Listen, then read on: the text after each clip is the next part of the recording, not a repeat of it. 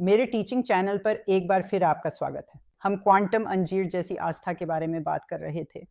पिछले हफ्ते हम उस दबाव के बारे में बात कर रहे थे जो दुश्मन हम पर डालता है ताकि वह हमें हमारे शब्द बदलने के लिए मजबूर कर सके।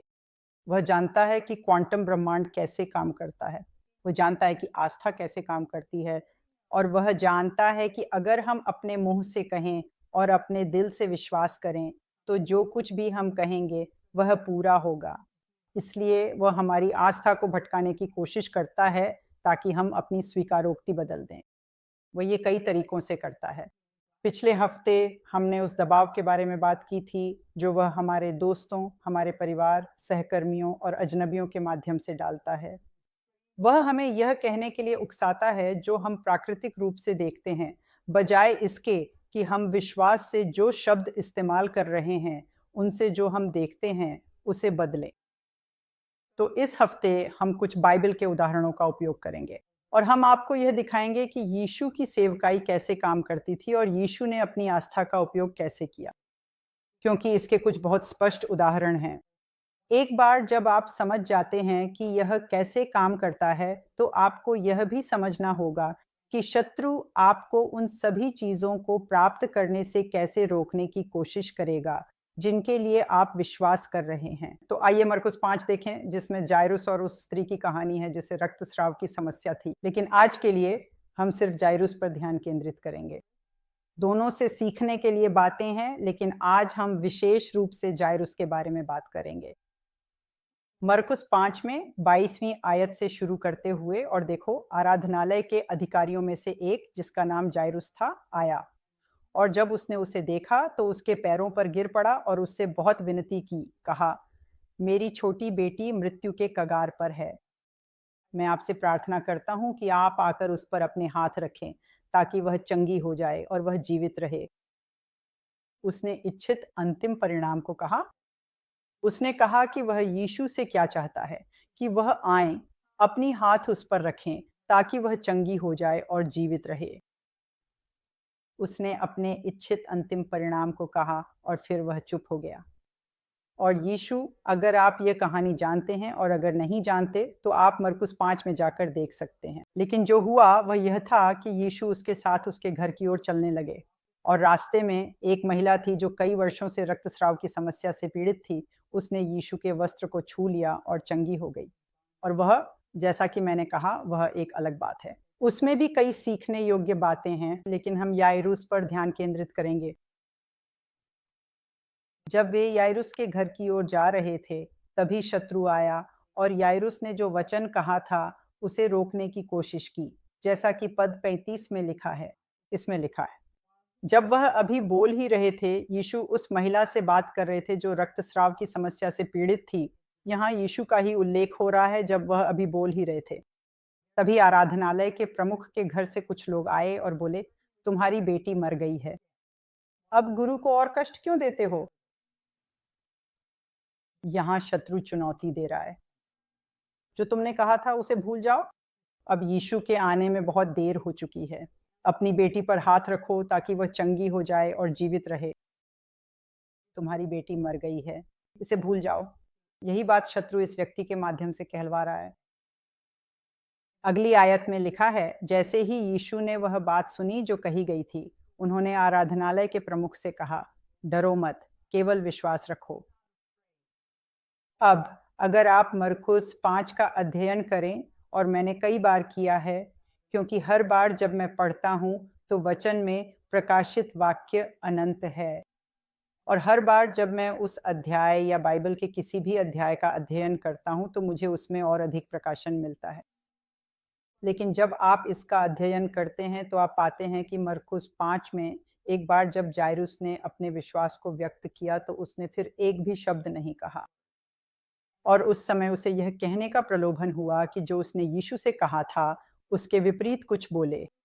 इसीलिए यीशु ने पद 36 में कहा, जैसे ही उसने सुना, यीशु ने वह वचन सुना जो बोला गया था, उसने सभागृह के प्रधान से कहा, मत डर, केवल विश्वास कर। वह उसे बता रहे थे, एक और शब्द मत बोलो। उन्होंने उसे और कुछ भी कहने से रोक दिया। वे उसके घर जाते हैं और फिर पद 29 में जब वह आया तो उसने उनसे कहा, यह यीशु है। वे बात कर रहे हैं कि तुम इतना शोर और रोना क्यों कर रहे हो? लड़की मरी नहीं है, बल्कि सो रही है। यीशु क्या कर रहे थे? वह अपने विश्वास के शब्द बोल रहे थे ताकि क्वांटम ब्रह्मांड उनके साथ सहमत हो जाए। और परिस्थितियां बदलने के लिए अगले ही पद में लोगों ने कहा, लिखा है, और वे उस पर हंसने लगे। लेकिन जब उसने उन सबको बाहर निकाल दिया, और उसने उन सब लोगों को इसलिए बाहर निकाला क्योंकि वे वही नहीं मान रहे थे जो वह मान रहा था। उसे उनकी उस बात का विरोध नहीं चाहिए था जो उसने कही थी और जिसमें वह विश्वास कर रहा था। उसने उन सबको बाहर निकाल दिया और लड़की के माता-पिता और जो उसके साथ थे, उन्हें लेकर वहां गया जहां लड़की पड़ी थी। और उसने लड़की का हाथ पकड़ा और उससे कहा, जिसका अर्थ है, जिसका अनुवाद किया जाता है, लड़की मैं तुझसे कहता हूँ उठ जा। उसने उसने बाकी लोगों की तरह रोना नहीं शुरू किया और ये नहीं कहा, ओह वह मर गई, वह मर गई, वह मर गई।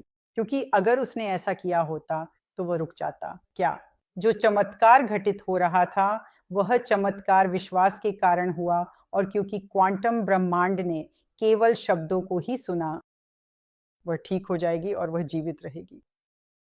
और उन्होंने केवल यीशु के शब्द सुने जिन्होंने कहा, डरो मत, केवल विश्वास करो। और उन्होंने ये भी कहा, वह मरी नहीं है, वह तो बस सो रही है।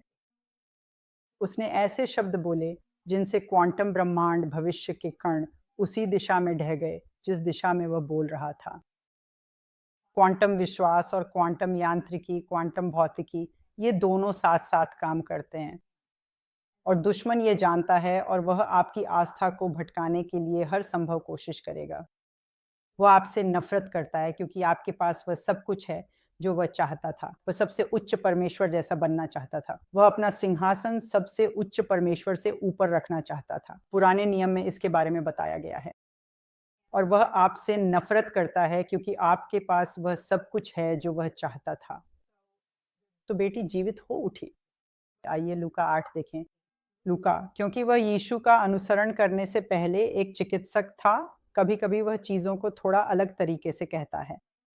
और यह हमेशा दिलचस्प होता है कि जब आप सुसमाचार पढ़ते हैं, तो मत्ती, मरकुस और लूका को पढ़ें और तुलना करें कि वे एक ही कहानियों के बारे में क्या कहते हैं।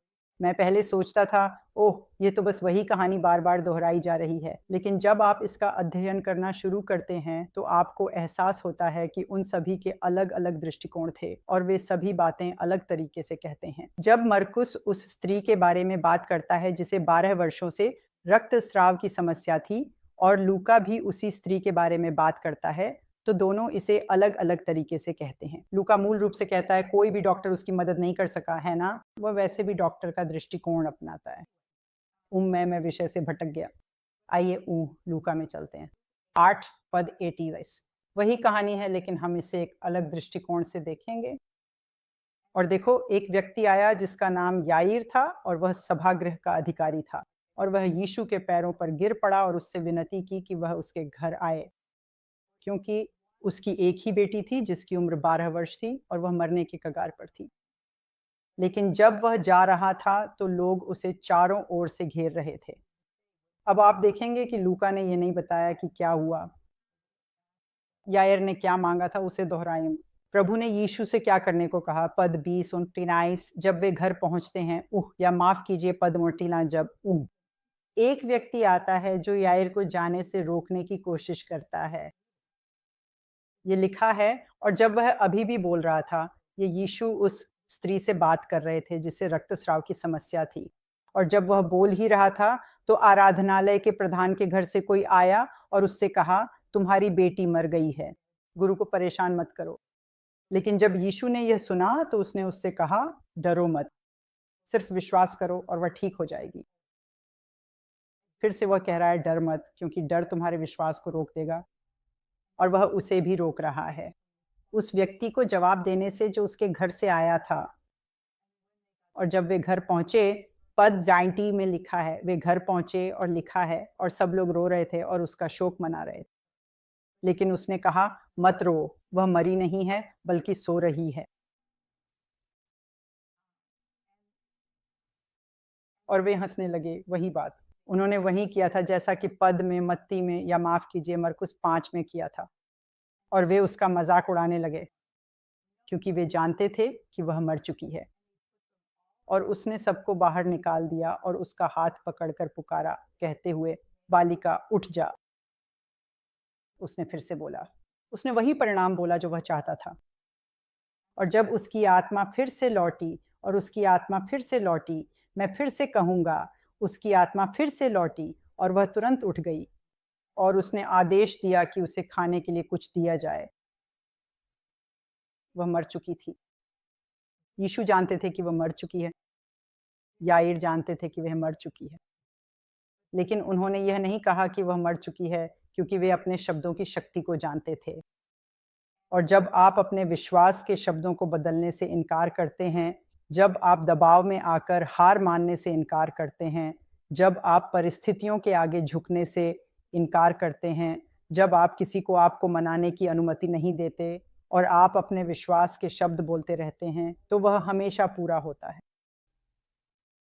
परमेश्वर विश्वास योग्य है। आपका सर्वशक्तिमान परमेश्वर के साथ एक वाचा है। आध्यात्मिक नियम कहता है, अपने मुंह से कहो, अपने दिल में विश्वास करो और वह पूरा होगा। यह आध्यात्मिक नियम है। मरकुस 11:24। ये पूरे वचन में है। हाँ, ये पूरे वचन में है। नीति वचन 18 में कहा गया है कि मृत्यु और जीवन जीभ की शक्ति में है और जो इसे प्रेम करते हैं वे उसका फल खाएंगे। यह एक आध्यात्मिक नियम है। जैसे प्राकृतिक नियम होते हैं, वैसे ही आध्यात्मिक नियम भी होते हैं। और जब आप समझ जाते हैं कि ये आध्यात्मिक नियम कैसे काम करते हैं, तो वे प्रभावी हो जाते हैं। वे सुपरपोजिशन में चले जाते हैं। हमने सुपरपोजिशन के बारे में कुछ बार बात की है। वे प्राकृतिक नियमों के ऊपर सुपरपोजिशन में होते हैं और वे प्राकृतिक नियमों को बदल देंगे। जब आप टस से मस नहीं होते, तो शत्रु अपनी पूरी कोशिश करेगा, उसके दुष्ट आत्माएं अपनी पूरी कोशिश करेंगी कि वे असर डाल सकें। भावनाओं पर, परिस्थितियों पर असर डालने के लिए, आपको निराश करने के लिए, आपको हताश करने के लिए। शायद हम इसके बारे में अगली बार बात करेंगे। लेकिन वे आपकी सभी भावनाओं का इस्तेमाल आपके खिलाफ करते हैं ताकि आप अपने शब्द बदल दें। इसे करने से इनकार करें और आप हमेशा जीतेंगे। मैंने इसे दशकों तक जिया है और मैं आपको बता सकता हूँ कि यह हर बार काम करता है। और जैसा कि मैंने आपको पहले बताया, मैं हमेशा परिणामों की बात करता हूँ। तो मैं अभी के लिए यहीं छोड़ रहा हूँ। अगली बार तक विश्वास के साथ चलें, अपने शब्दों पर ध्यान दें, अपने विश्वास के शब्दों का जानबूझकर इस्तेमाल करें ताकि परिणाम मिले और अंधकार को हराया जा सके। जल्द ही आपसे फिर बात होगी।